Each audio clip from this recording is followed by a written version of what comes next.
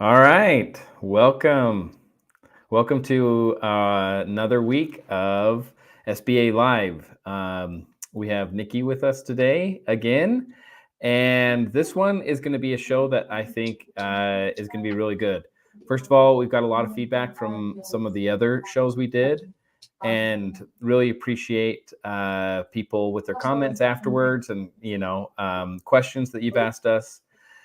So I think this one will be really exciting because we're going to dive into a little bit of Nikki's knowledge.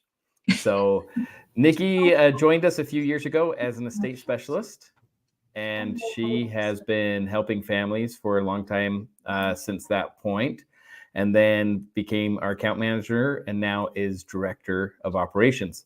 So Nikki, why don't you introduce yourself a little bit? Sure. My name's Nikki, last name Schmoots. I absolutely love it here at Full-Circle. And I know we're going to do an episode a little bit on my past, but I love it here so much because I was widowed at 38 with 4 kids and trying to figure out what to do. And it was before I even knew this company existed. And so I have been in the shoes of all of our families and felt the worry and not known what to do next. And so it's part of what makes my job so fulfilling here at Full-Circle. It's a purpose, not just a job. And I absolutely love it here. Right. Well, we love having you here, and you are just such a wonderful add to our team. So one of the things that people ask me all the time is what do people have questions about, or what do families really need the most help with? And I think that the big thing here is people don't know what they don't know.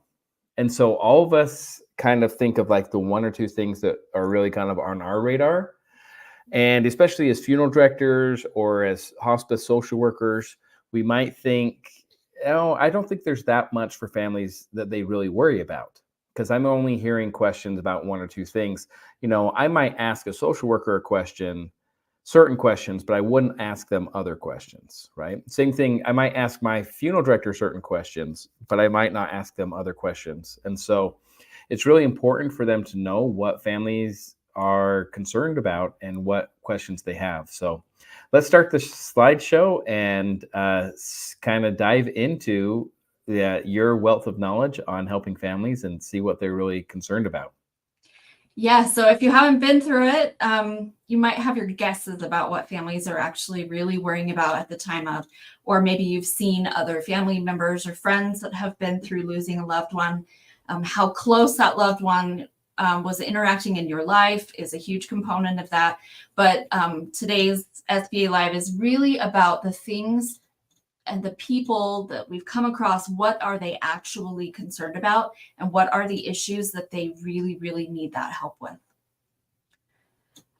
So after the loss of a loved one, family members have to take care of a lot of things. And always at the top of that list are anything with government agencies.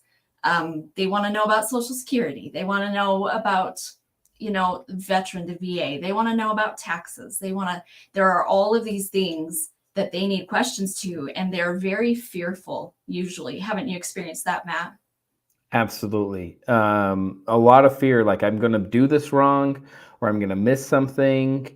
And I don't know who to turn to or who I can trust to even ask these questions to. Yes, then I have found in my experience that even bringing up Social Security, there's kind of like this cultural fear of Social Security in general. And I think that's a cultural fear that's come from historically over many, many years and circumstances. But it's really not as scary as it seems to be. But families are definitely super worried about that. They're also worried about assets, fraud protection, debt. Do they need to just go ahead and pay all their loved ones' stuff right out of a bank account? Right. And benefits, government benefits, they don't know what payments to keep or what payments are going to have to be paid back. Like, it's very, very super, super confusing. So with Social Security, what we have found is that families, they don't have time to wait for hours and hours on the phone. If they end up on Social Security call and they have called the federal number, which they could spend hours on hold, hours and hours. And we've seen it happen.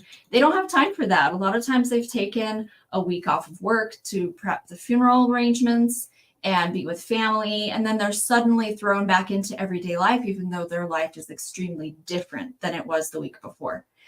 They don't have time for that. They also don't know how to apply for potential benefits, or they don't even know what benefits that they would be eligible for. So the thing that you said, if they don't know, they just don't know. And Social Security can be very, very complicated. Do you have any? So, yeah, I have a question on this. So one of the comments I get from funeral directors all the time is they say, oh, my families don't need to worry about Social Security because we do that for them. And when I say that there's more to do, they say they don't understand that. They thought that them sending in the report with the death certificate was everything. So what more is there to do with Social Security that the family should be concerned about? Oh, there's a lot. So it is true. Every funeral home is sending a verification of death. And most states also use an electronic death notification system that ties in through the vital records department, when the doctor signs off for the death certificate, all those things. So they receive a notification at Social Security from the funeral homes and from the state. But that doesn't necessarily mean that if it's a spouse, they're going to get the benefits that they deserve. If their records aren't already linked together, it requires an appointment, or they just won't get the difference. So a lot of times people just don't understand there's a few steps that have to be taken in the middle. And there's no form to convert those benefits. You literally have to make an appointment and you have to do the appointment to cause that to happen. The other thing that people don't know about is the $255 payout. So, and it's ridiculously low. It's been that rate since what, 1950, right? Yeah. $255. But people think it just gets paid to everyone. Like if you die, your family gets $255. And it's not quite that simple. So families ask about it all the time when we're on the phone. But really, the only people who can qualify for that payment would be a surviving spouse, dependent children, or if there's a disabled adult child who fits certain parameters. So Well, I like what you put here, that families often don't know what benefits are out there for them.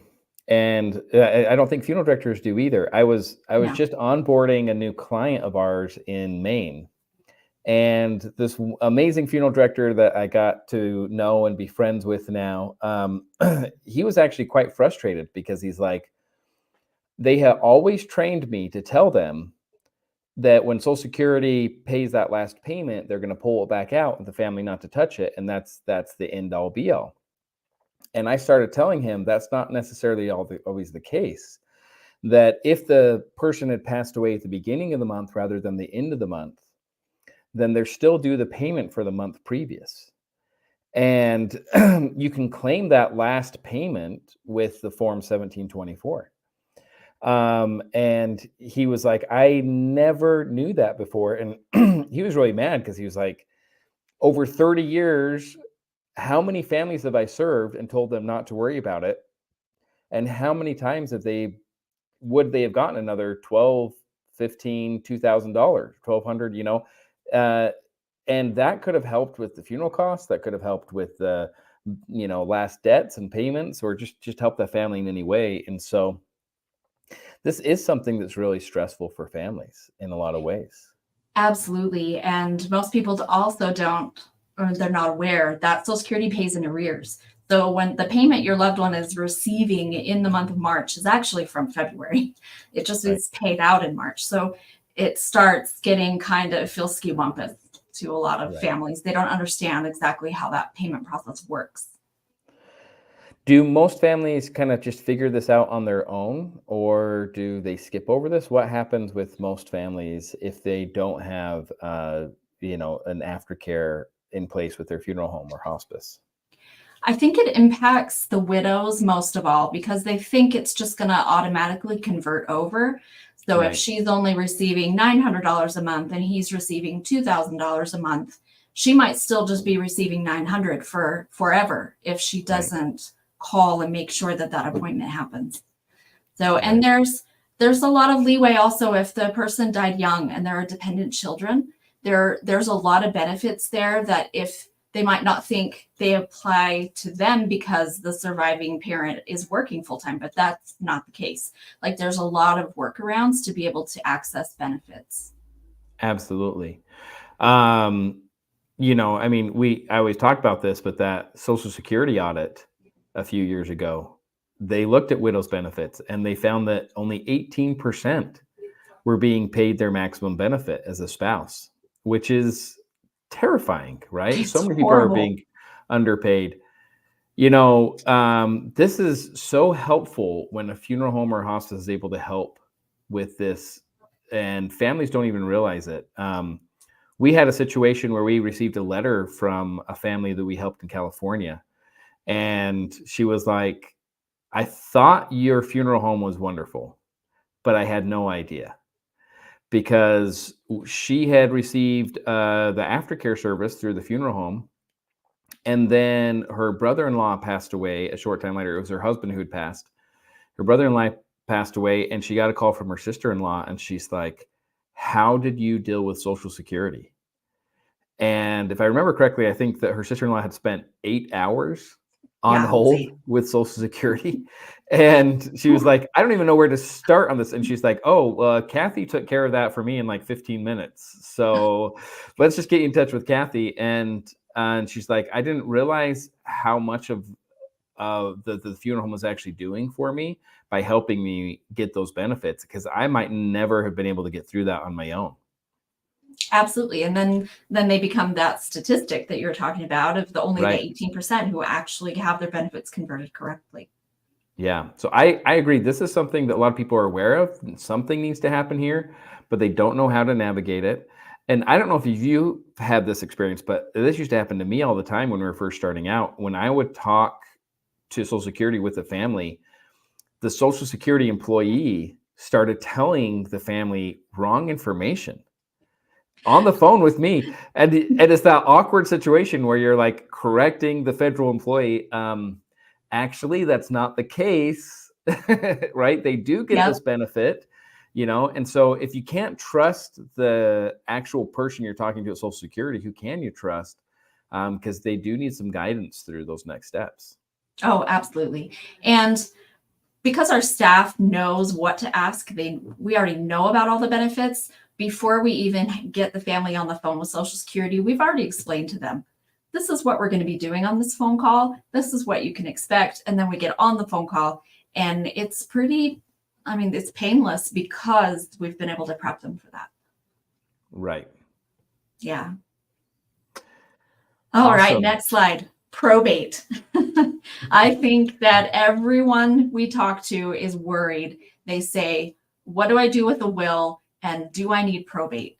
And a lot of families get those two things confused and say, oh, I have a will. I don't need probate because I have a will. And Mm, that is absolutely not true. We're like, right. the will is the directions and the probate is the vehicle to make those happen, Right. Right. Yeah. Well, if you think about it, everything that we own, there's a chain, right? So the person, like if I buy a piece of real estate, my name's on that deed, but I bought it from someone and their signature's on there. And then the person before that, their signature's on there and their signature's on there. But when someone dies, that chain is now broken. And you really can't transfer from a dead person to an alive person. And so in order to restore the links of that chain, you have to have a judge jump in with with legal precedence and be able to restore those links, go from the deceased person to the survivors. And so that is the probate process in a nutshell. And uh, one thing that, like, I like what you said, because in Texas, for example, if you have a will, probate is automatically triggered with the will, right? Yeah, You they can't have require a the will filing. without probate. Yeah. So it is something that affects a lot of people, and knowing how much it's going to affect them and what those next steps are and how to navigate it can be really overwhelming. So what would happen if the person just didn't address it? What if they just avoided probate? Then what? Well, I mean, for instance, if your mother owned a house and you just don't do anything, if you lived, there would be two scenarios if you lived in it or if you didn't. But let's say they didn't, they lived a couple states over, they don't file probate, the taxes stop being paid because no one's keeping track of it. And the county puts a lien on the property because taxes aren't paid. And if no one steps into that, then soon the county is going to auction it off to pay taxes. Like it's kind of the end. So, I mean, I have helped families before that were living with their loved one when their loved one passed away. Their name isn't on the home. There was no planning done and they want to stay there, but they have to figure out how to afford the probate process because otherwise they're homeless. They have nowhere to go. And I think that probate is such a scary word because it's also the fear of the unknown. Or for families who they know they didn't plan. That's a big, big crushing feeling to have a death happen and to know you haven't planned for that. And that's why in our calls with families, we educate for the surviving family members. So they're not going to end up in that situation later on. Right, exactly. So if probate is triggered for someone, what are the first steps? What do they need to do? Well, we need to talk to an attorney. There are states and there are processes for someone to file probate on their own. It is very complicated. It's very confusing. Most families who have tried it, they get a couple steps in, they end up hiring an attorney anyway. We have other services we refer families to that help people go through that process, as well as they can hire an attorney to begin that process. So we help them be connected with the right resources. But we're also going to identify, if a family, they don't have a home, but there's a bank account, there's something called a small estate affidavit. They can fill out and file with a court. It's kind of like a shortened probate process for certain smaller estates. So great point. And being able to save the family from having to go through probate with an affidavit of small estate is huge.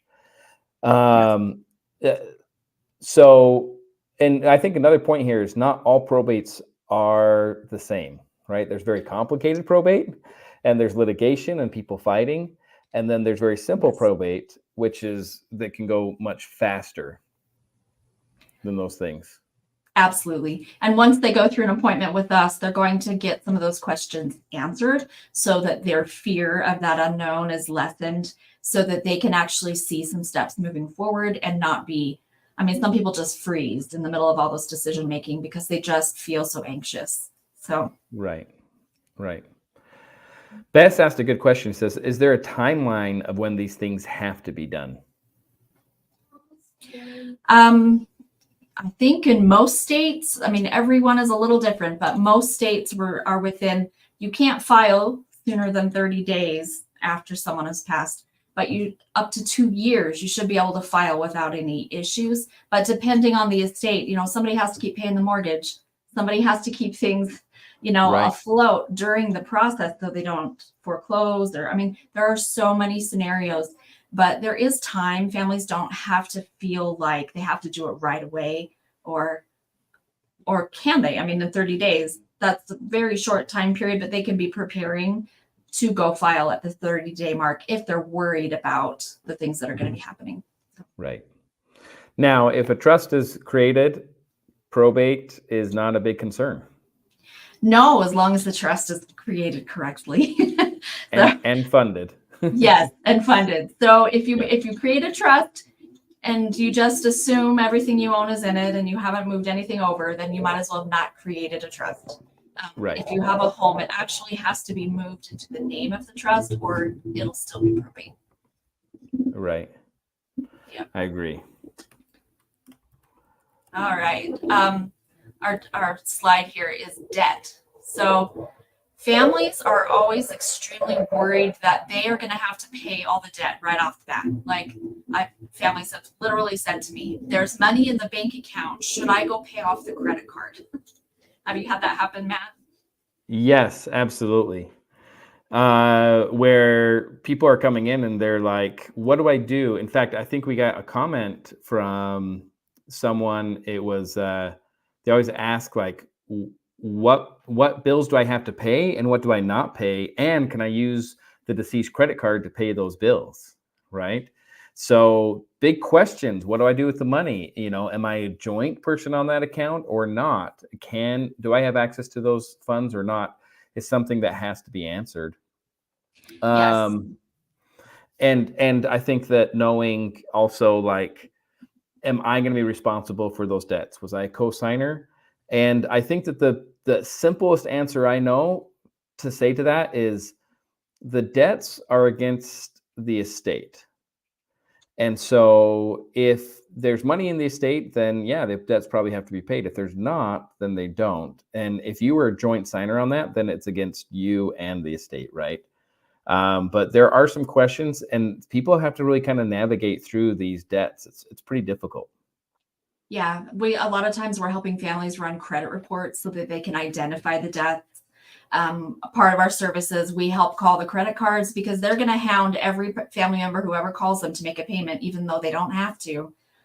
So we'll call on behalf of them just to get the notification done.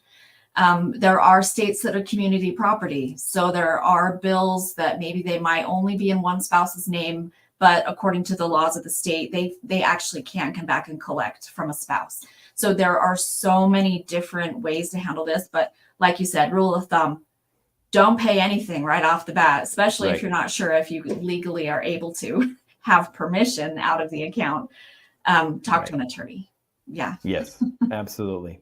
Or an estate specialist will help you navigate through that. Yes, absolutely. We'll help notify too. Yes, absolutely. So this thing here, I'm going to just read the quote on the next slide. So if there's no money in their estate, the debts will usually go unpaid. For survivors of deceased loved ones, including spouses, you're not responsible for their debts unless you shared legal responsibility for repaying as a co-signer, a joint account holder, or if you fall within another exception. And that's from the Consumer Financial Protection Bureau. So there are loopholes where spouses might be responsible for some of those things their name isn't on, but really go ahead and notify all the debt and then kind of see how it all shakes out through either probate or just nothing to pay them with because the estate is insolvent. So. Yep.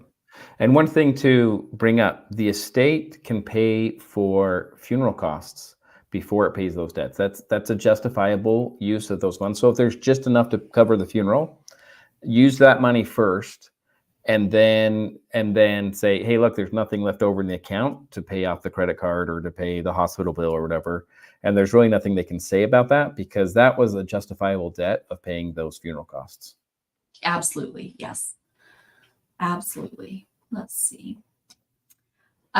So what can we do to better support families after services are completed, either through hospice or funeral home?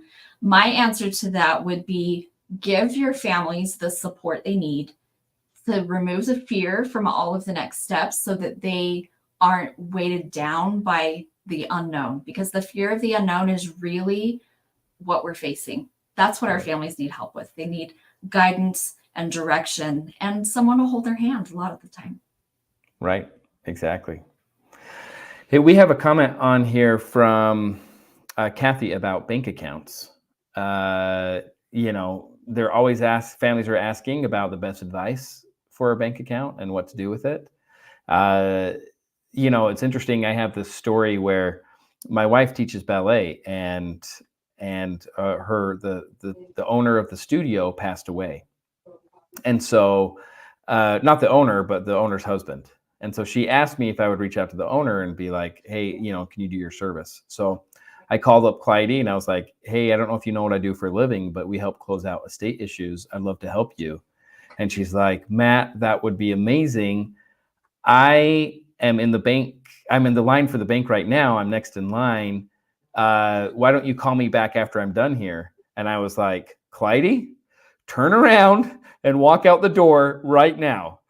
And she's like, oh my goodness, what's wrong? And so she went outside and I was like, Clyde, were you going to tell them about Spencer passing away? And she was like, yeah. And I was like, they're going to immediately freeze all of your accounts. And does that mean, is that where you do your business too? And she's like, yeah. And I was like, you couldn't make payroll. You couldn't pay your rent. You couldn't receive money. Everything would be frozen until you worked that out.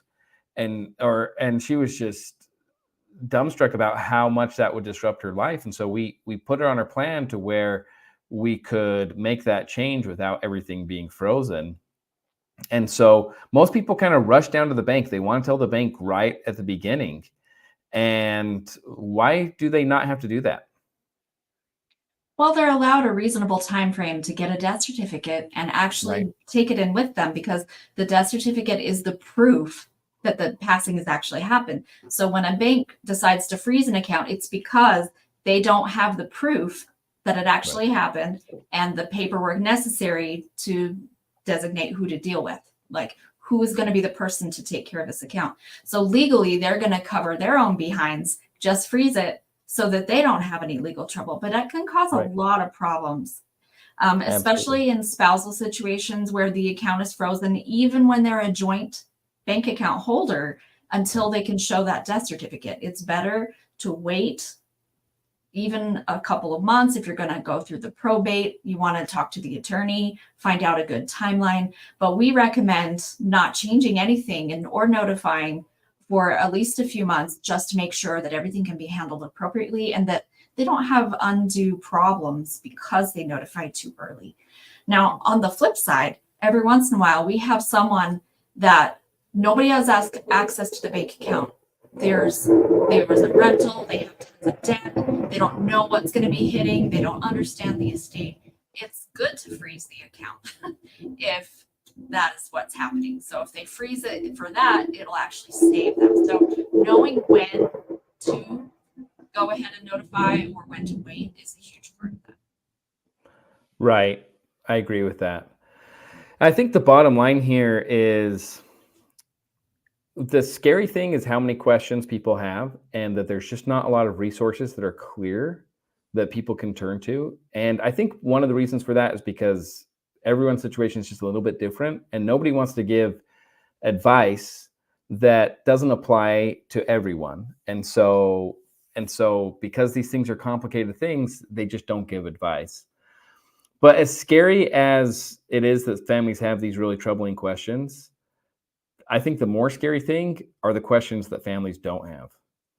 The fact that they're not asking the right questions, or they're not addressing these things, and causing huge problems for themselves and for their loved ones down the road, and missing things, right? And so the important thing is that for funeral homes and hospices, look, if we're going to take care of people through death, this is part of death.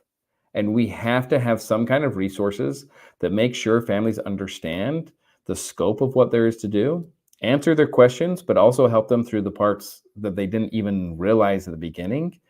And getting that taken care of will really help them in a big way. Oh, tremendously. And I speak from experience. And the hundreds and hundreds of families that I've personally helped here at Full Circle, everybody needs their questions answered, and they need a source they can rely on and trust, so that they don't have all that fear and they don't create huge problems for themselves. Right. Exactly. Yeah. Awesome.